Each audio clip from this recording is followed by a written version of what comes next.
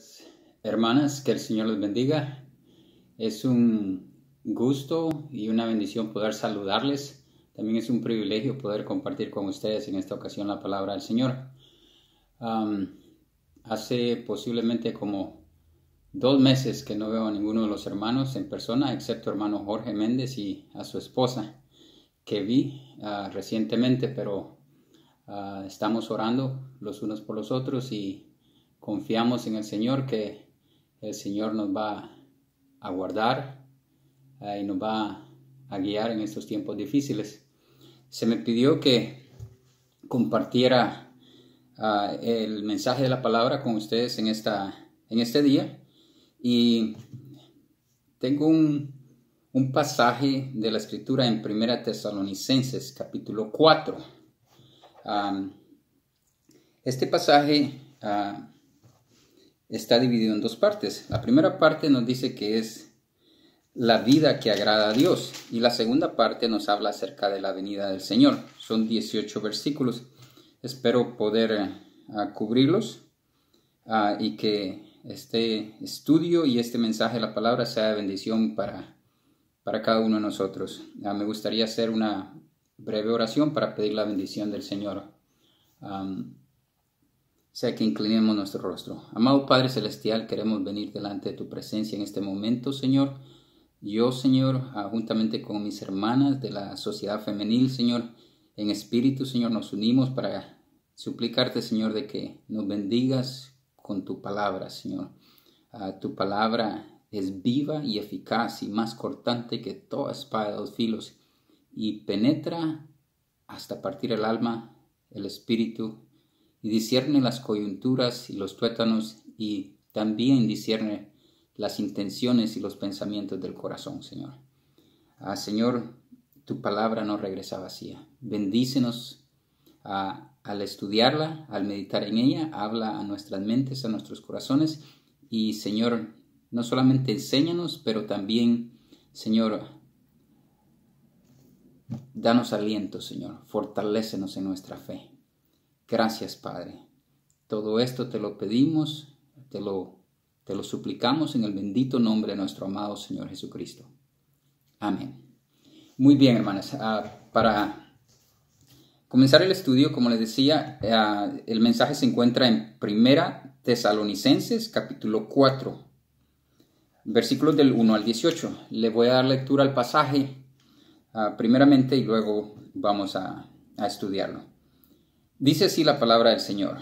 1 Tesalonicenses 4, versículo 1. Por lo demás, hermanos, os rogamos y exhortamos en el Señor Jesús que de la manera que aprendisteis de nosotros, cómo os conviene conduciros y agradar a Dios, así abundéis más y más. Porque ya sabéis qué instrucciones os dimos por el Señor Jesús, pues la voluntad de Dios es vuestra santificación, que os apartéis de fornicación, que cada uno de vosotros sepa tener su propia esposa en santidad y honor, no en pasión de concupiscencia, como los gentiles que no conocen a Dios, que ninguno agravie ni engañe en nada a su hermano, porque el Señor es vengador de todo esto, como ya os hemos dicho y testificado, pues no nos ha llamado Dios a inmundicia, sino a santificación. Así que el que desecha esto, no desecha a hombre, sino a Dios, que también nos dio su Espíritu Santo. Pero acerca del amor fraternal, no tenéis necesidad de que os escriba, porque vosotros mismos habéis aprendido de Dios que os améis unos a otros. Y también lo hacéis así con todos los hermanos que están por toda Macedonia. Pero os rogamos, hermanos, que abundéis en ello más y más, y que procuréis tener tranquilidad y ocuparos en vuestros negocios y trabajar con vuestras manos de la manera que os hemos mandado, a fin de que os conduzcáis honradamente para con los de afuera y no tengáis necesidad de nada. Tampoco queremos, hermanos, que ignoréis acerca de los que duermen, para que no os entristezcáis como los otros que no tienen esperanza. Porque si creemos que Jesús murió y resucitó, así también traerá Dios con Jesús a los que durmieron en él.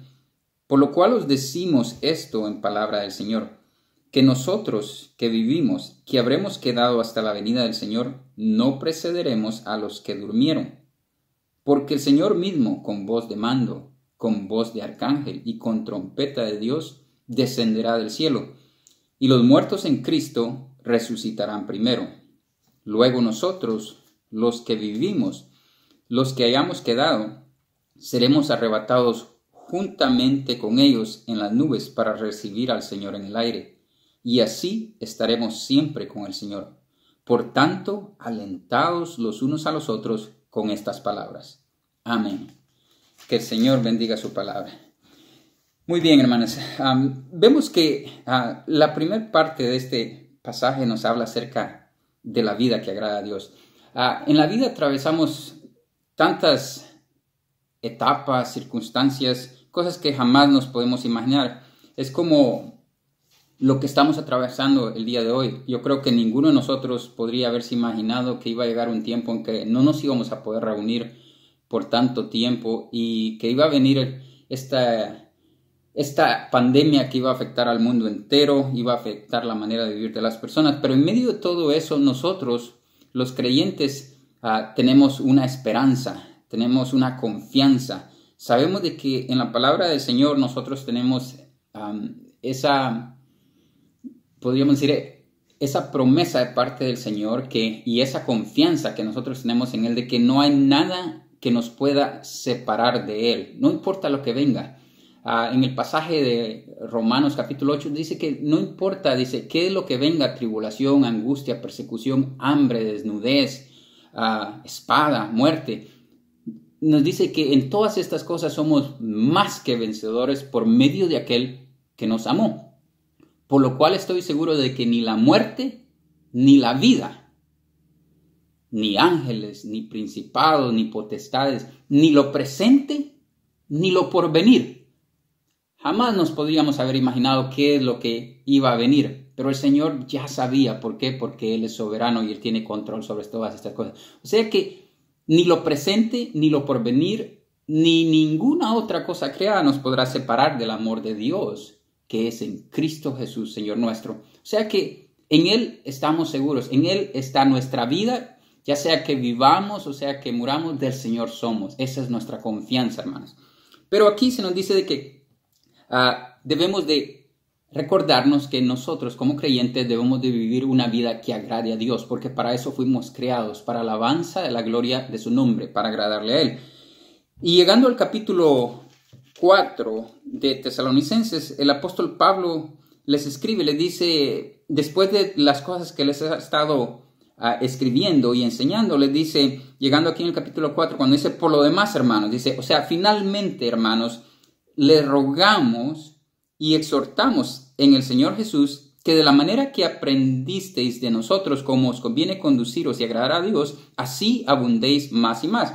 Aquí les dice él, finalmente, hermanos, les rogamos y les exhortamos, o sea, les animamos en el nombre del Señor Jesús, que de la manera que aprendieron de nosotros, cómo les conviene conducirse y agradar a Dios, o sea, que de la manera que aprendieron de nosotros, dice el apóstol Pablo, se refiere a él y a sus colaboradores, aquellos que eran sus compañeros de ministerio, de milicia. Estaba el apóstol Pablo, estaba Bernabé, Silas, estaba Lucas, estaba Timoteo, estaba Tito, todos aquellos, estaba Juan Marcos, todos aquellos que eran sus colaboradores. Él les dice, de la manera que ustedes aprendieron de nosotros, o sea que es bueno enseñar e instruir, pero también como creyentes, como hijos de Dios, debemos de enseñar a los demás con nuestro ejemplo, con nuestro testimonio. Y así como ustedes aprendieron de nosotros, que no solamente les decíamos las cosas que debían hacer para agradar a Dios, sino que les dábamos ejemplo, así ustedes deben de vivir de una manera que agrade a Dios.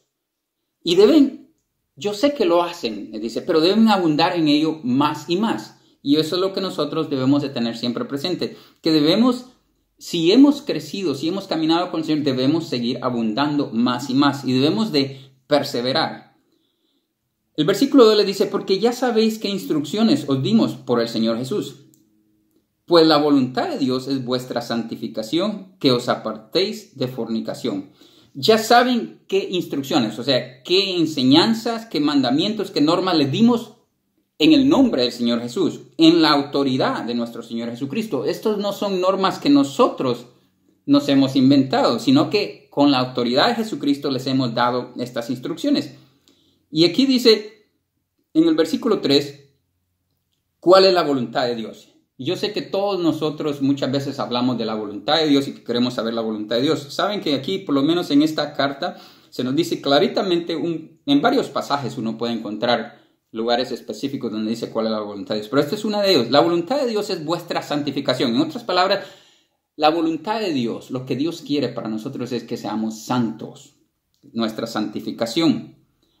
Si ustedes van también aquí mismo en esta carta, en el capítulo 5 de Tesalonicenses, versículo 18, está el versículo que hemos aprendido, que dice, 1 Tesalonicenses 5, 18, dad gracias en todo, porque esta es la voluntad de Dios para con vosotros en Cristo Jesús. O sea que Dios quiere que seamos agradecidos, que tengamos una actitud de gratitud. Ahí está específicamente. Aquí se nos dice que la voluntad de Dios es nuestra santificación, que vivamos vidas santas. Y como la palabra santidad o santificación implica limpieza, pureza y separación. La sangre de Cristo Jesús nos limpia de todo pecado, nos purifica y luego Dios nos separa, nos aparta para poder vivir vidas que sean agradables a Él, vidas santas. ¿Y cómo lo hacemos? Apartándonos de todo aquello que nos contamina, de toda inmundicia. Y aquí dice que os apartéis de fornicación. Nos limpia y dice que debemos de apartarnos de fornicación. Esta es una referencia al pecado sexual.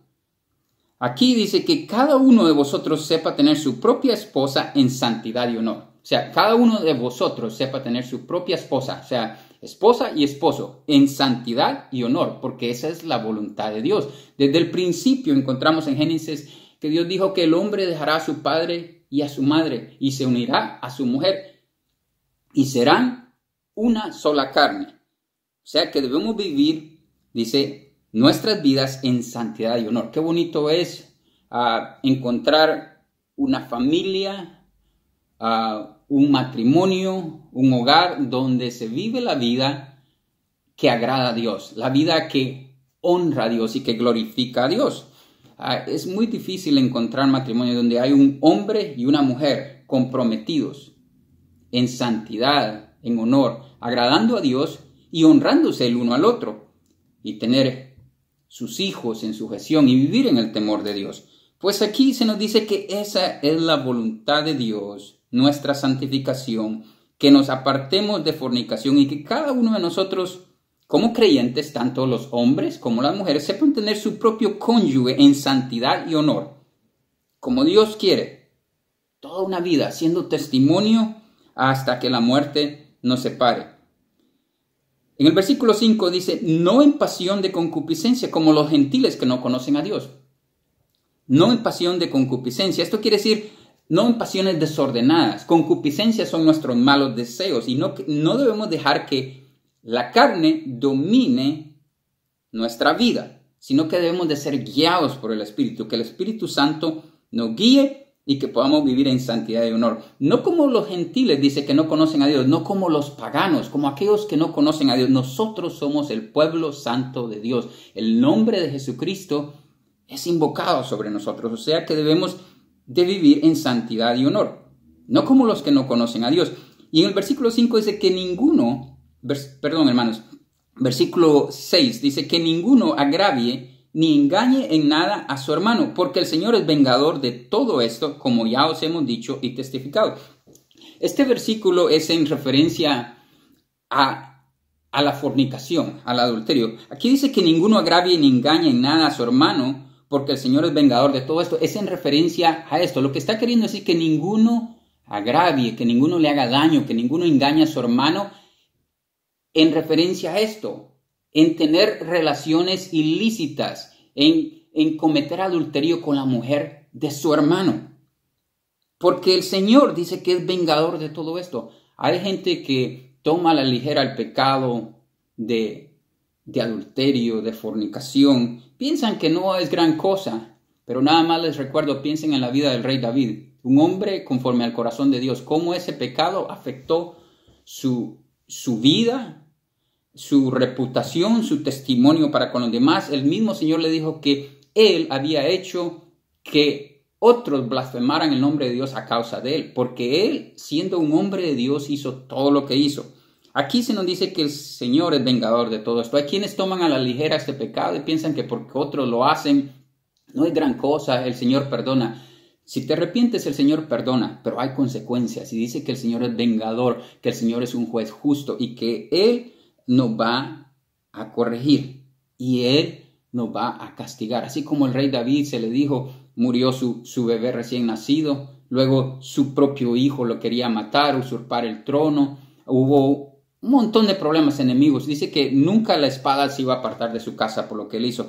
El Señor es vengador de todo esto, como ya os hemos dicho y testificado. O sea que la palabra de Dios no solamente nos lo dice, nos lo testifica, nos lo advierte de que hay consecuencias cuando somos desobedientes a la palabra del Señor.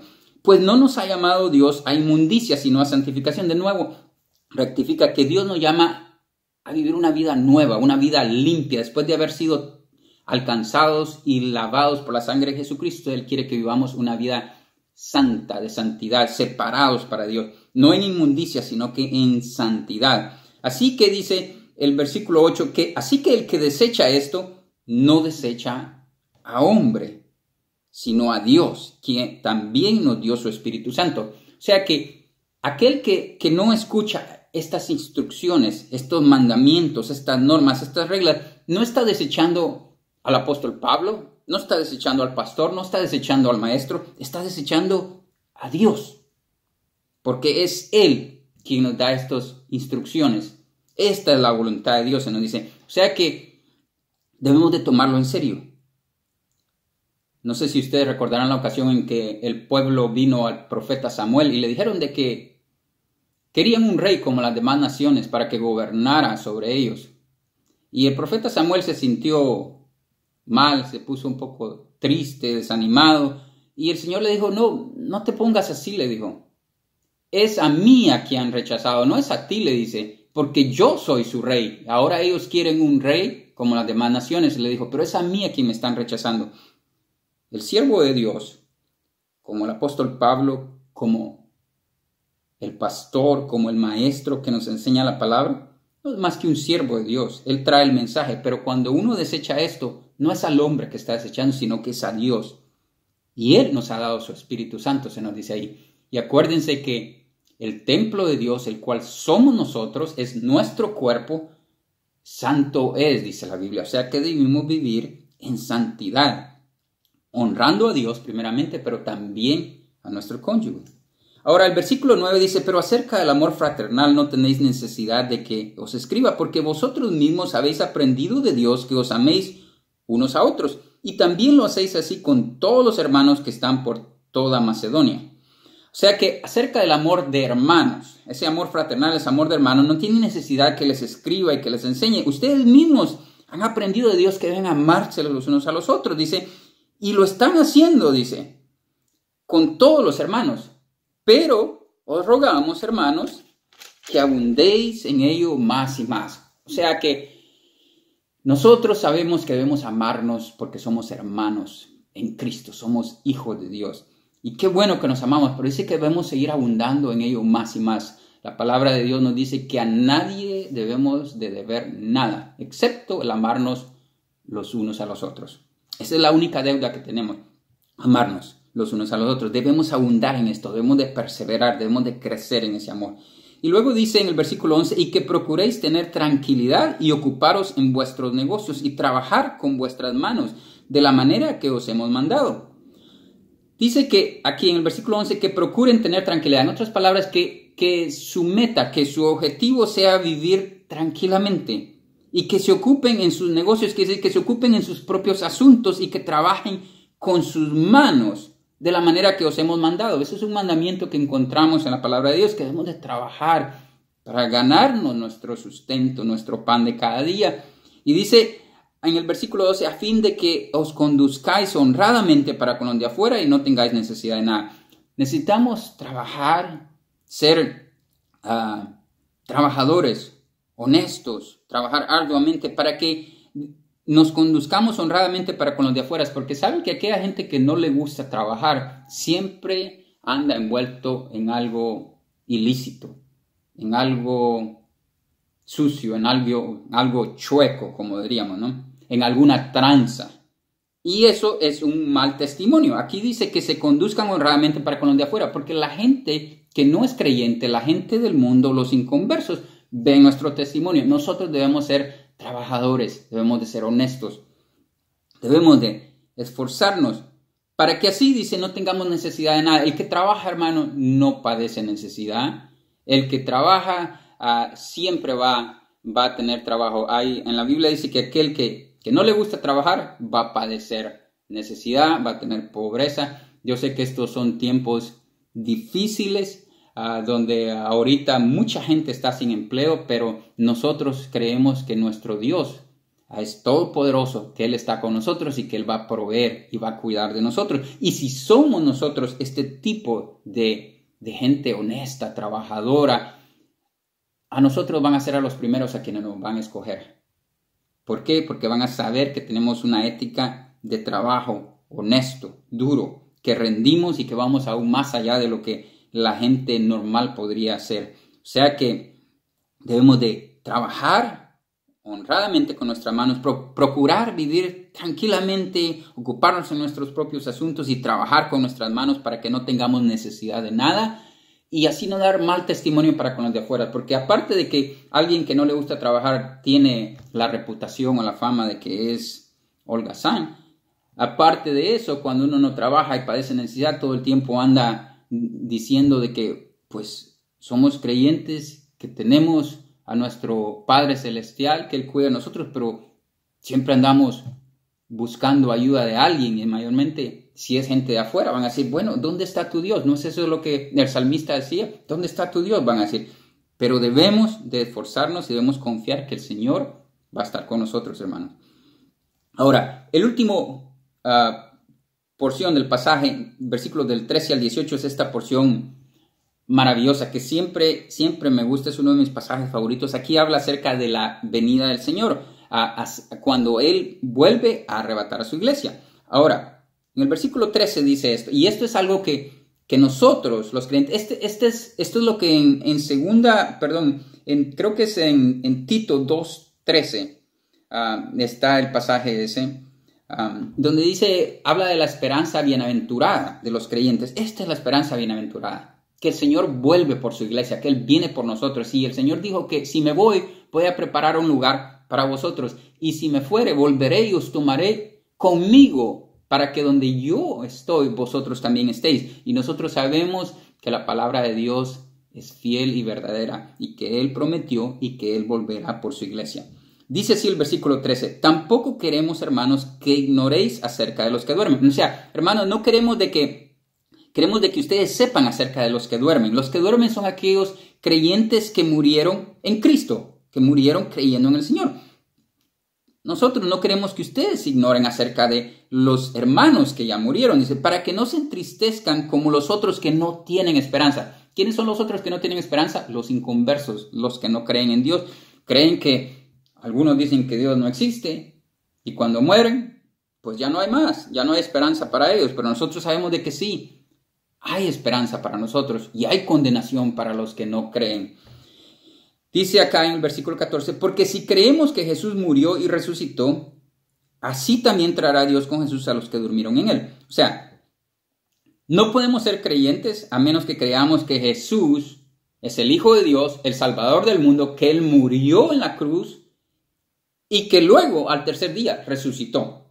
Eso es la base, el fundamento de nuestra fe, que Jesús murió. Dice, si nosotros, pues si somos creyentes, creemos que Jesús murió y resucitó, así también traerá Dios con Jesús a los que durmieron en Él. O sea, a los creyentes, aquellos que murieron en Cristo, con esa fe en Jesucristo. Por lo cual os decimos esto en palabra del Señor. Dice, por eso les damos esta enseñanza, esta doctrina, dice. Los decimos esto en palabra del Señor. En otras palabras, Pablo está diciendo, esto no es algo que viene de mí, se los digo en palabra del Señor, se los digo con la autoridad del Señor Jesucristo. Dice, que nosotros que vivimos, que habremos quedado hasta la venida del Señor, no precederemos a los que durmieron. Porque el Señor mismo, con voz de mando, con voz de arcángel y con trompeta de Dios, descenderá del cielo, y los muertos en Cristo resucitarán primero. Aquí el apóstol Pablo les dice que nosotros, dice, que vivimos, que habremos quedado hasta la venida del Señor. Y ahora los quiero llevar a 1 Corintios 15. 1 Corintios 15, versículo 51 dice, he aquí os digo un misterio. Un misterio es algo que está oculto, algo que no ha sido revelado, pero Él nos lo está revelando porque esa es la voluntad de Dios a través de su Espíritu Santo. Dice, he aquí os digo un misterio, no todos dormiremos. De nuevo, esta palabra dormir es una referencia a los creyentes que mueren en Cristo, porque para Él estamos durmiendo, porque Él nos ha de despertar, nos ha de levantar. No. Dice, no todos dormiremos, pero todos seremos transformados, tanto los que durmieron como los que no durmieron. Dice, en un momento, en un abrir y cerrar de ojos, a la final trompeta, porque se tocará la trompeta y los muertos serán resucitados incorruptibles. Y nosotros seremos transformados. También esta carne nuestra será transformada. Seremos transformados en un abrir y cerrar de ojos, dice. Porque es necesario que esto corruptible se vista de incorrupción y esto mortal se vista de inmortalidad. Amén. O sea que hay una generación que va a estar viva cuando el Señor vuelva. Y esa generación dice que no va a preceder, o sea que no nos vamos a ir primero con el Señor, sino que los que ya durmieron en el Señor van a resucitar primero y van a ser transformados, van a ser glorificados, van a recibir ese cuerpo glorificado. Y nosotros en ese momento también seremos arrebatados y seremos transformados en un abrir y cerrar de ojos. Tendremos nuestros cuerpos glorificados. O sea que os decimos esto en palabra del Señor. Esto es del Señor mismo, es revelación de Dios. Que nosotros que vivimos, que habremos quedado hasta la venida del Señor, esa generación que aún esté, no precederemos a los que durmieron, porque el Señor mismo, con voz de mando, con voz de arcángel y con trompeta de Dios, descenderá del cielo. Y los muertos en Cristo resucitarán primero. Luego nosotros, los que vivimos, los que hayamos quedado,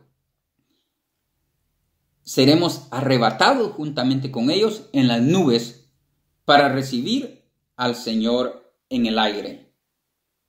Y así estaremos siempre con el Señor. O sea que nosotros también vamos a ser arrebatados. Seremos tomados repentinamente, súbitamente, para recibir al Señor en el aire. Dice, en el aire nos vamos a reunir con el Señor y así estaremos con el Señor siempre, dice. Por tanto, dice, alentados los unos a los otros con estas palabras. Este es el propósito de esta revelación, de este pasaje, que nos alentemos los unos a los otros con estas palabras. Esta es nuestra esperanza gloriosa que tenemos, que un día Él volverá por nosotros. Y no debemos dejar que todo lo que ocurre alrededor nuestro hoy, en este tiempo, en este siglo que estamos viviendo, nos turbe, nos distraiga, nos desenfoque tanto que quitemos la mirada del Señor y quitemos esa confianza que tenemos en Él.